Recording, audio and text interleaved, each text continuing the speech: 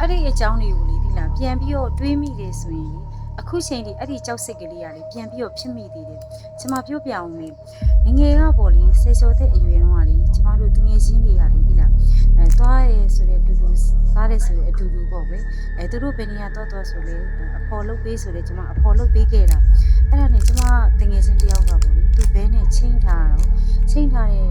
နေရာလေးကိုပေါ့နော်သူဖော်လိုက်ခဲ့ဆိုတော့ကျမအဖော်လိုက်ပေးရတာပေါ့နော်သူတို့နှစ်ယောက်ကကိုထွက်ပြေးဖို့ဒီချင်းထားတယ်ဆိုတော့ကျမမသိဘူးလေအဲ့ဒါနဲ့သူတို့ချင်းတဲ့နေရာကိုရောက်တော့ပေါ့လေဒီနေရာလေးကစောင့်တော့တဲ့သူတို့ပြန်လာမယ်ဆိုတော့ကျမကလည်းစောင့်နေတာပေါ့တယောက်တည်းပေါ့လေအဲ့တော့ညမုတ်ချုံနေပြီလားအဲ့ဒါနဲ့စောင့်ရင်းနဲ့9နာရီကျော်လဲတကယ်ချင်းကပေါ်မလား10နာရီကျော်လဲပေါ်မလားအဲ့ဒီနေရာဘာနေရာဆိုတာလဲကျမမသိဘူးပေါ့လေအဲ့ဒါနဲ့လေအဲ့အန်ဒီတယောက်ကပေါ့လေသမီးဒီနေရာကဘာလုပ်နေရလဲဆိုတော့သမီးရဲ့လို့တကယ်ချင်းကသူ့ဘဲနဲ့စကားပြောနေလို့သမီးကစောင့်နေတာဆိုတော့ဒီနားမှာရဲ့ဘယ်မှမရှိဘူးနော်တဲ့အဲ့လိုပြောရောတဲ့နောက်ပြီးအကြိုင်းနေလို့မကောင်းဘူးတဲ့ဒါကကလားတင်းချိုင်းနေအဲ့လိုပြောလိုက်တော့ကျမလေအရန်ကြောက်လိုက်တာသိလားအခုပြောရင်အခုကြောက်တယ်သိလားအဲ့နေရာကလားတွေမီးတင်းချိုတဲ့နေရာဆိုတော့လေကိုကမသိဘူးလေဟုတ်တော့တကယ်ချင်းရလဲပေါ့ကွယ်ကိုပေါ့ဒီနေရာကြီးမှာတယောက်တည်းထားခဲ့လေချင်းပေါ့သူတို့အရေးရောင်ကလည်းမမြင်ဘူးအဲ့ဒါနဲ့ဒီကျမကလေအဲ့အန်တီကလည်းပြောရောကလားတင်းချိုင်းဆိုတော့လေတီလဲတီရောကျမစပိန်လေးကိုလေအတင်းနှင်းပြီးတော့အိမ်ကိုညံမဲပြန်ခဲ့တာပေါ့ကွယ်သိလား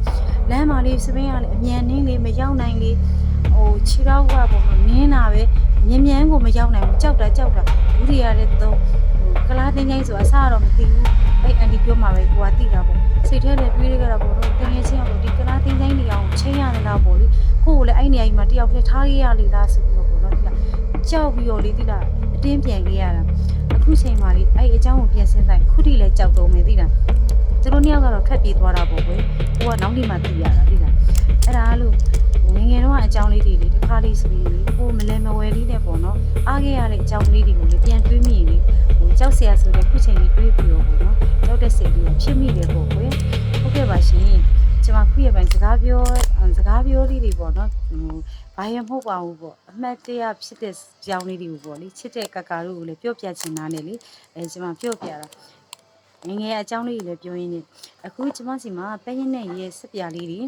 ပဲရင်နဲ့ရဲ့ရွှေမြင့်တဲ့ကော်လေဂျင်စပြာလေးတွေရှိတယ်နော်ပဲရင်နဲ့ရဲ့ရွှေကော်လေဂျင်မြင့်တဲ့စပြာလေးရဆိုရင်ကံပွန်းလက်ပွန်းမျက်နှာရဲ့ကော်လေဂျင်တက်တွေဆုံးရှုံးနေတာပြီမျက်နှာရဲ့အသားရည်တွေ၆ကက်နေတဲ့သူတွေဆိုရင်သုံးပေးလို့ရတယ်နော်ရွှေမြင့်တဲ့ကော်လေဂျင်လေးကတော့22,500လေးပါရှင်